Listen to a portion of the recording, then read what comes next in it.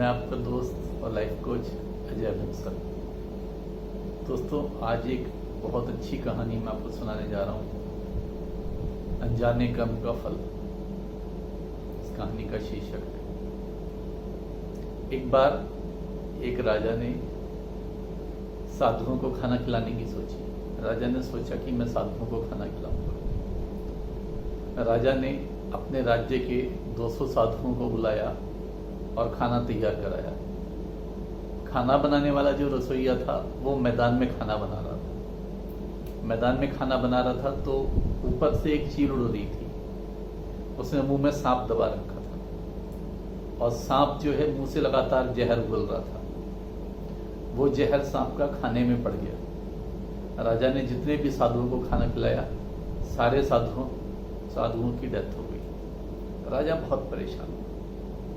क्या मैंने इतने जतन से खाना बनाया, इतने बहुत दुखी हुआ राजा। राजा ने सोचा कि ईश्वर मुझे कभी क्षमा नहीं करेगा, ये मैंने महापाप किया है। उधर जब यमराज ने देखा कि 200 साधु मर गए, लेकिन उनके मरे हुए का जो पाप है वो किसके खाते में डाले? राजा के खाते में तो वो डाल नहीं सकता, क्योंकि राजा ने तो पुण्य का काम किया था, साधुओं को खाना खिलाया था। राजा का तो कोई दोष नहीं है। रसोइये का भी कोई दोष नहीं है, क्योंकि रसोइया तो पूरी मेहनत से खाना बना रहा था। अच्छा, इसमें सांप का भी कोई दोष नहीं है, क्योंकि सांप अपनी जान बचाने के लिए जहर उगल रहा था। चील जो है अपने खाने के लिए सांप को खाना बनाने के लिए ले जा रही थी, तो चील का भी कोई दोष नहीं। तो यमराज बहुत दिनों तक पशोपेश में रहे कि आखिर इसके जो पाप है, इस पाप का फल किसके खाते में डाला जाए।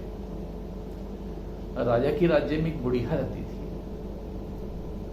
वो बुढ़िया बड़ी बेकार किस्म की औरत थी। हमेशा दूसरों की आलोचनाएं करना, दूसरे को गाली देना, ये सब काम था उसका। एक दिन एक साधु आया उस राज्य में और उसे राजा से मिलना था। शाम हो गई, उसने सोचा मैं किससे पता पूछूं। तो वो बुढ़िया के पास गया। बुढ़िया से कहा, माई, मैं राजा के यहाँ जाना चाहता हूँ, मुझे उसका पता बता दो। बुढ़िया बोली, नहीं, राजा के पास मत जाना। अरे वो तो बड़ा ही नीच किस्म का आदमी है, उसने 200 साधु मरवा दिए, वो तुम्हें भी मरवा देगा। यमराज ने देखा, अरे बुढ़िया ने ऐसी बुराई करी। तो यमराज ने जो 200 साधुओं के मरने का जो पाप था वो बुढ़िया के खाते में डाल दिया।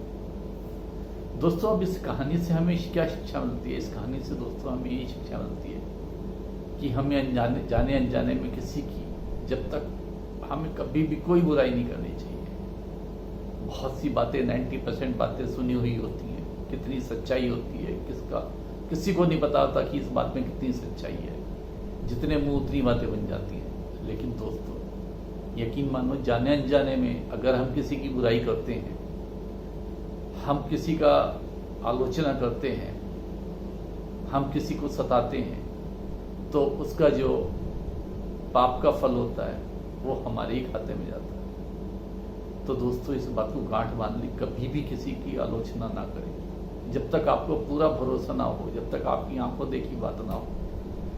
हालांकि आलोचना करना ही अपने आप में एक बहुत गलत बात है।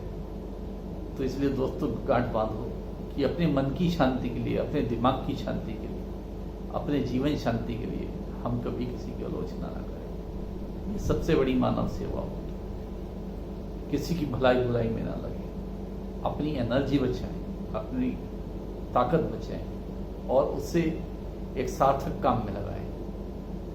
तभी हमारा जीवन बहुत मान होगा। धन्यवाद दोस्तों।